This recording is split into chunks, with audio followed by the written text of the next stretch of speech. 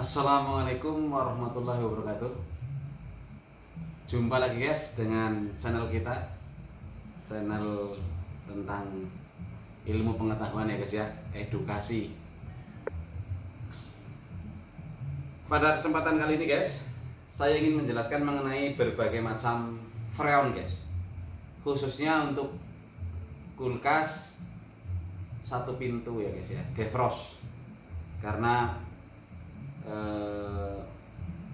dari episode yang sudah kita buatkan videonya, dari kompresor, penjelasan kompresor, kondensor, filter, pipa kapiler dan evaporator, lalu kemudian oli ya guys ya, oli buat mesin.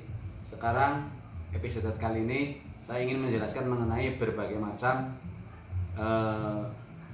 refrigerant atau freon yang digunakan untuk khususnya untuk kulkas satu pintu defrost.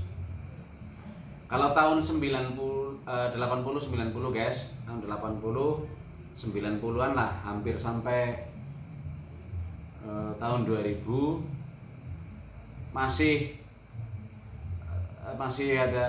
banyak yang menggunakan freon R12, masih ada lah. Tapi yang terbanyak itu tahun 80 sampai tahun 90 guys.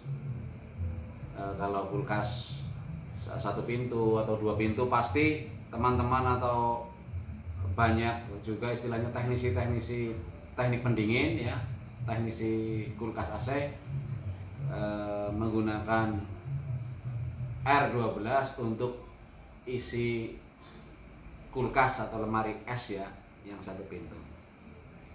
Tapi setelah tahun 2000 itu sudah lebih ramai dengan freon 134. Lalu keluar lagi 134A begitu guys. Ini yang kita tahu.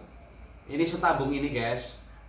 Ini kapasitas atau banyaknya 390 gram guys. Ini ya, 390 gram. Jadi untuk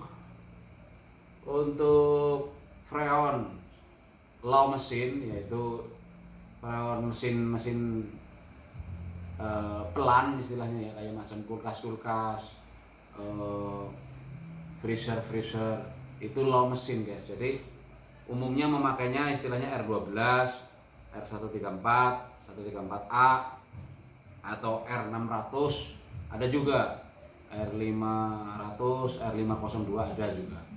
Jadi banyak sekali. Cuma aja peruntukannya kebanyakan istilahnya kalau untuk kulkas itu sekarang itu R134 guys. Ya. R134. Jadi R12 tahun 80-90, kalau R13 itu freon R13 itu untuk khusus untuk di laboratorium guys. Jarang, hampir tidak pernah ada teman-teman yang menggunakan R13. Karena dia khusus untuk di pekerjaan di laboratorium, pekerjaan khusus. Lalu kalau ada juga yang menggunakan R22 guys ya, ada juga. Tapi kurang cocok guys, karena dia untuk high mesin ya, untuk high mesin. Kemudian ada juga yang keluar tipe 113 guys. Itu juga buat AC, kalau itu juga buat AC, juga buat pembersih atau solvent guys. Kemudian kalau R114 itu juga untuk AC, tapi yang kompresornya sistemnya itu sentrifugal guys. Kalau untuk kulkas itu yang untuk rotary itu pakai 114 bisa. Kalau R500 itu biasanya untuk AC kecil, AC sedang, itu R500 digunakannya untuk itu maksudnya dari pabrikan seperti itu.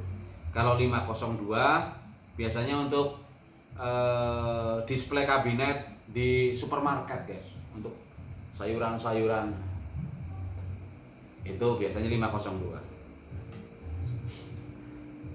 Ada juga istilahnya yang 416, itu untuk AC inverter guys, 416 modelnya. Nih. Zaman kalau yang lebih lama lagi itu ada juga yang khusus guys, R764 itu untuk ya guys, untuk dia modelnya sulfur dioksidan. Untuk lemari es pada zaman lemari es tinggalan lemari es yang masih antik ya, yang tahun 1920 sampai 1930 itu pakainya R764 guys. Jadi freon itu banyak tipe ya. Kalau R764 itu sulfur dioksida. Kalau 764, kalau karbon dioksidanya itu yang R744. Itu untuk yang di kapal guys, untuk dry ice di kapal itu 744. Yang kalau 717 amoniak itu untuk industri pabrik es, untuk buat pabrik es itu pakai 717 biasanya. Jadi kalau untuk sekali lagi guys, untuk kulkas satu pintu ini di berbagai kota banyak guys, cukup pakai 134 gitu.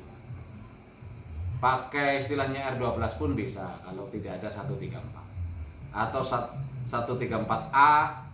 Kalau ini 134A ya guys ya, 134 atau 134A atau R12 bisa, atau R600 juga bisa guys gitu. Itu untuk jenis-jenis freon guys. Jadi semoga teman-teman itu bisa melihat apa yang dikerjakan, olinya harus pakai apa, freonnya apa. Kalau freonnya pakai 134 maka olinya tipe ini, sintetis apa non sintetis. Yang bagus yang sintetis, yang sesuai, yang disesuaikan untuk 134 atau untuk misalnya 502 itu ada guys. Kalau bertanya di toko itu ada, yang toko besar tapi ya guys ya, itu biasanya ada macam-macam oli yang diperuntukkan untuk menyesuaikan daripada freonnya guys ya. Jadi teman-teman juga harus hati-hati, lebih baik hati-hati, lebih baik teliti dan hati-hati, insya Allah akan menyebabkan pekerjaan lebih bagus. Oke guys, kiranya penjelasan saya hanya sampai di sini dulu mengenai freon, jenis freon ya guys ya. Semoga bermanfaat. Jangan lupa guys, komentar, subscribe ya guys, tombol loncengnya diklik guys, biar setiap update video kita teman-teman bisa langsung mendapatkan pemberitahuan guys ya, sehingga kita berbagi tentang ilmu pengetahuan, istilahnya edukasinya bisa terrealisasi di masyarakat. Untuk teman pemula maupun profesional, terima kasih atas perhatiannya. Semoga kita semua senantiasa diberkati oleh Allah Subhanahu wa taala. Oke guys, matur suwun, mohon maaf lahir batin bila mana ada kekurangan ya guys ya. Salam sukses. Wassalamualaikum warahmatullahi wabarakatuh.